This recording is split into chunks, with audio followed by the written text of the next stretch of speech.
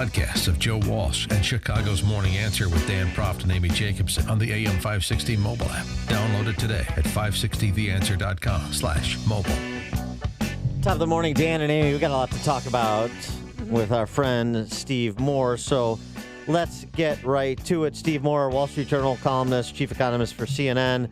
Steve, thanks for being with us. Appreciate it. Good morning, guys. Morning. So it was a damn shame that last week you decided to withdraw your nomination to the Fed Board of Governors. If you could, because you got so many friends in Chicagoland and people rooting for you and people that like you, and you come here so often to talk because business leaders here respect you. So can you give us the thinking and what ultimately led to the decision? Well, look, I didn't expect, when the president honored me with this, nominating me for the Fed position, I really didn't expect there would be this attention devoted to it, and that there would be this left-wing onslaught. But it almost really began from the moment Trump announced my nomination, which was back about 6 weeks ago. And I think the Wall Street Journal, by the way, said it very well, that the reason the left had its knives out for me was not because I've been wrong on the economy, but because I've been so right. And, we now have this booming economy. I'm proud to have played a small part in this when I worked with Larry Kudlow and some others on the economic team for Trump. And that is unforgivable to the left, to be a supporter of Trump and to be right on the economy and to, show the, manifest flaws of their Keynesian economic model. And so it just got to be these personal insults, and they started, looking into things that I had written 20, 25, in some cases 25 years ago. They were, calling girls I knew in high school and, and unsealing my divorce record and all of these things to build this kind of politics of personal destruction. And the problem was that they kind of took all of these things out of context and, would take one sentence out of a piece that I wrote to build this case against me. I wanted to stay in and fight, by the way, guys. I mean, it's amazing how many people have come up to me in the last 5 or 6 days and said, I wish you'd stayed in the fight.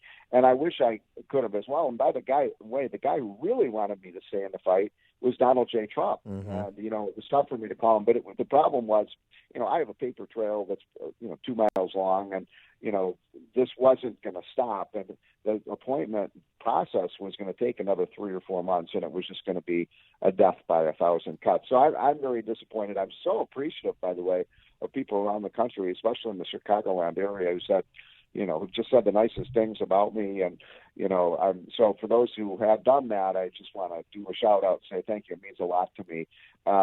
Trump will be able to pick someone who doesn't have quite the skeletons in the closet that I do. I mean, Dan, you've known me for a long time. I can be pretty flamboyant. I can be politically incorrect. And, those kinds of things came back to haunt me. I mean, the only one who has more skeletons in my closet it's probably you, Dan. Yeah, exactly. Well, there's no question. I will not be nominated to replace you. But how did that conversation? You can't have a sense of humor today. Great. So, did you call President Trump? Did he call you? How did that go down? So, I think it was like last Wednesday or so, it became clear that a lot of the, Republican senators were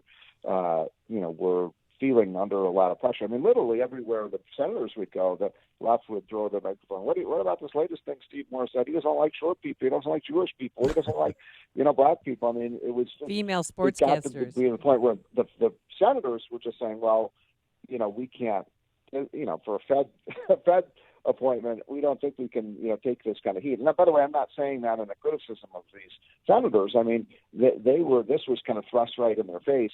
And so what happened was I called up the president and Larry Kudlow, I think on Thursday, just said, we got to throw in the towel here. And, both of them said, well, keep fighting. And then I have to say Trump gave me a very nice call on Friday, and he could not have been more supportive. I'll probably be doing something else in the Trump orbit, either working on the campaign or some other position that does not require Senate confirmation, this kind of scrutiny. But, one of you started to say it, but it's just an interesting time that we're living in now where you got Brett Kavanaugh. You can't say anything, anything at all that's a joke because most of the things that they persecuted me for were things that were meant to be humorous. And, I was looking back at some of the things that I wrote and said 20 years ago.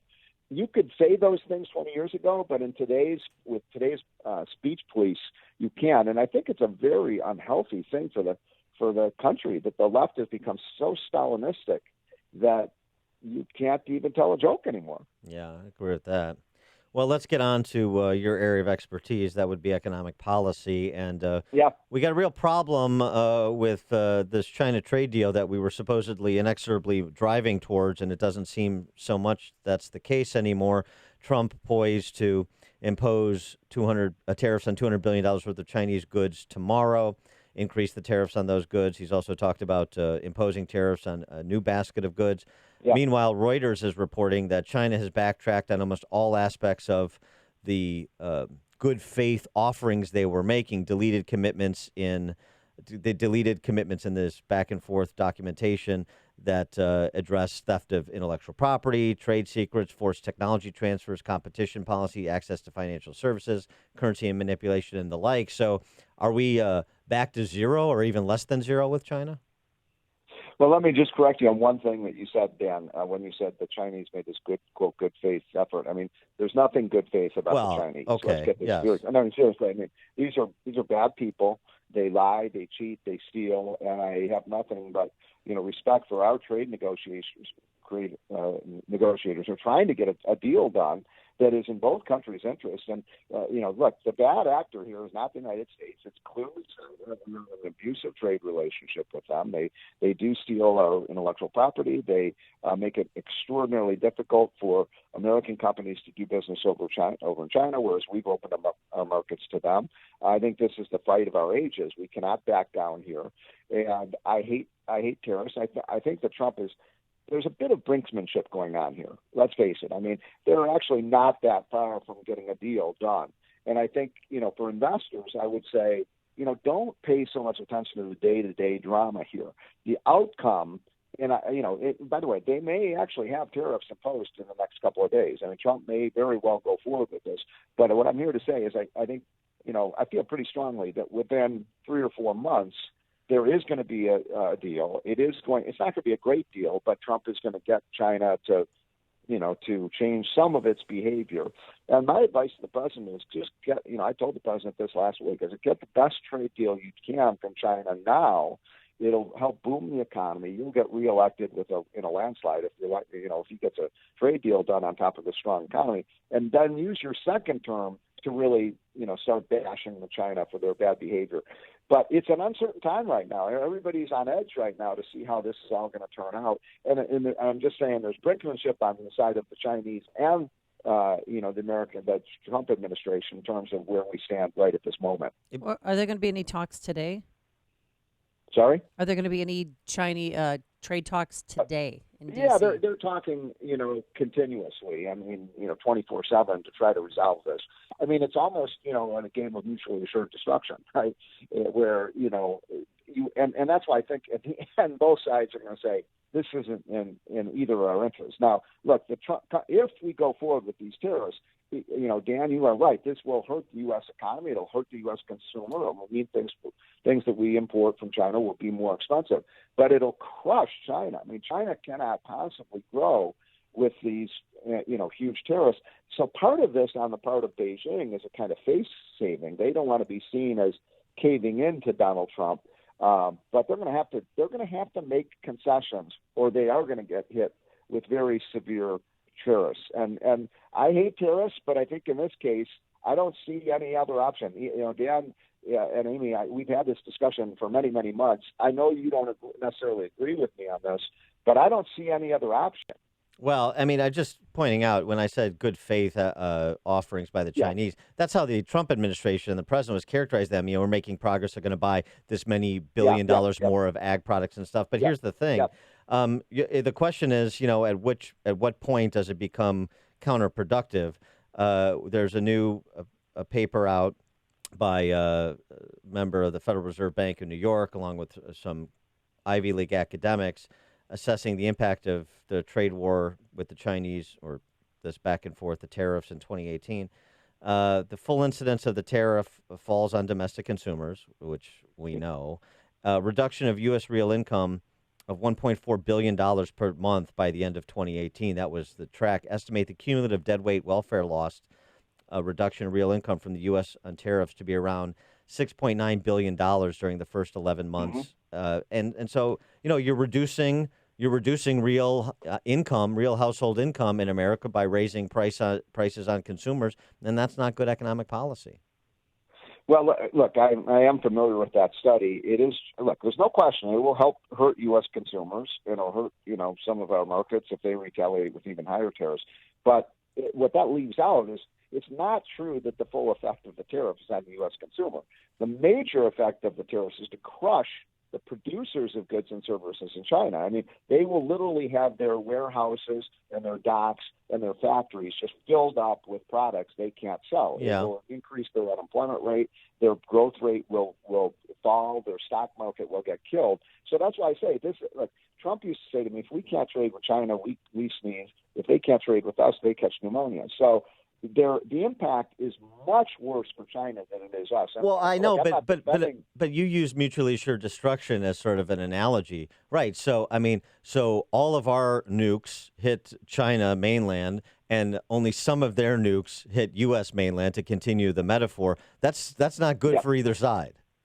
Well, that's for sure. It's not, except that the point here is this isn't about what's going to happen with the economy next year. It's about for the next 20 years. It's about whether we have a fair and balanced and pro-growth trade relationship with a bad country. I mean, look, this is not a country that is friendly to the United States. This is the Cold War. Despite what Joe Biden says, I know. China is a big problem. But Tyler Cohen, writing in Bloomberg, suggests this, though. Trade deal with China, and as you were talking about, the best deal you can get, which isn't going to be great, but any trade deal with China, it's not going to change anything. He writes, the basic problem is easy enough to state, though all but impossible to solve. Many of the U.S. objections to Chinese trade practices, regardless of their merits, are fundamental objections to how the Chinese economy is organized. There are many more. They are more than mere complaints about how easily monitored variables such as tariff rates could be addressed. So you're talking about this is their entire economic system. Remember, as Joe Biden apparently forgot, they're run by communists, and so you're never going to get anything that you can enforce. So it's not worth the paper it's written on, whatever deal he gets. There's some truth to that. I mean, and that's what. But except that the reason that the trade relationship and negotiations has taken a turn for the worse is because there was a deal about what China was going to agree to do. They're going to buy more of our agricultural products, which is good for Illinois corn producers. They were going to buy more of our manufactured items, that kind of thing.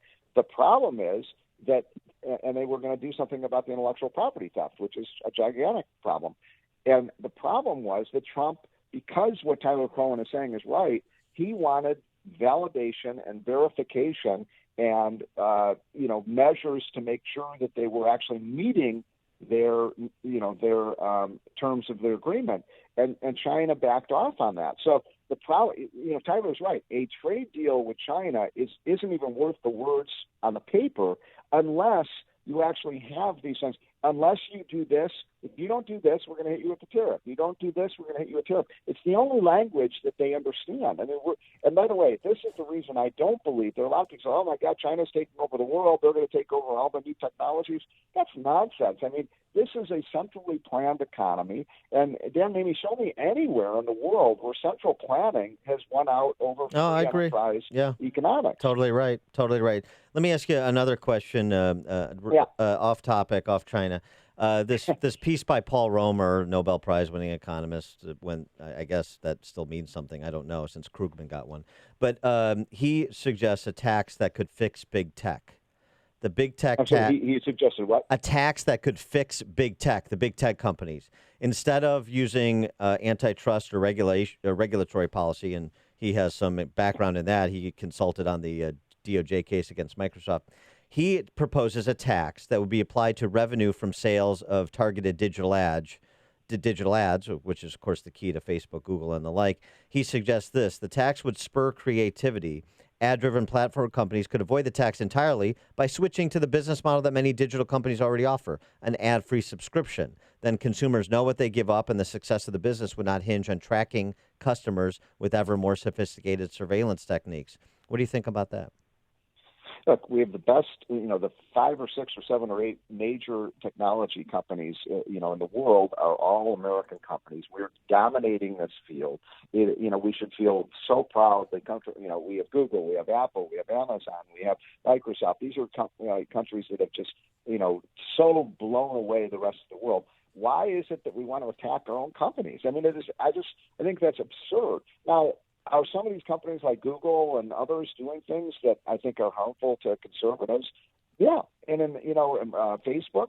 And my point is, let the consumers decide. If Dan and Amy, nobody's putting a gun to your head and saying you have to have a Facebook account, right? I mean, let people decide for themselves if they don't like the behavior of these companies and make their own decisions. I don't know about you. I don't want the government putting a gun to our major, the companies that employ, literally millions of workers, add trillions of dollars to our GDP.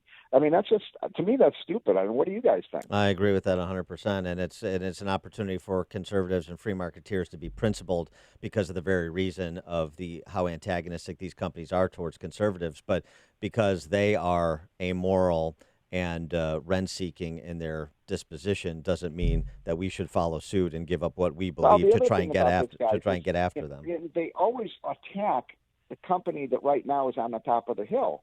But I mean, my goodness, 30 years ago that was AT&T, and 20 years ago it was Microsoft. I mean, you can get to the top, but in this hyper-competitive world we're living in, Google 10 years ago from now is not going to be at the top, nor will Amazon. The natural competition is going to bring some new company along that's going to knock them off their perch. And that competition is a much better way to stop monopoly than, government intrusion, in my opinion. Absolutely. Chief economist for CNN, Wall Street Journal columnist Steve Moore. Steve, thanks as always for being with us. Appreciate it. Okay, guys. Have a great week. You too. And he joined us on our turnkey.pro answer line. It's like a hot, steaming cup of information to start your day. It's Chicago's Morning Answer on AM 560, The Answer. Balance of Nature's fruit and veggie capsules contain 100% fine ripened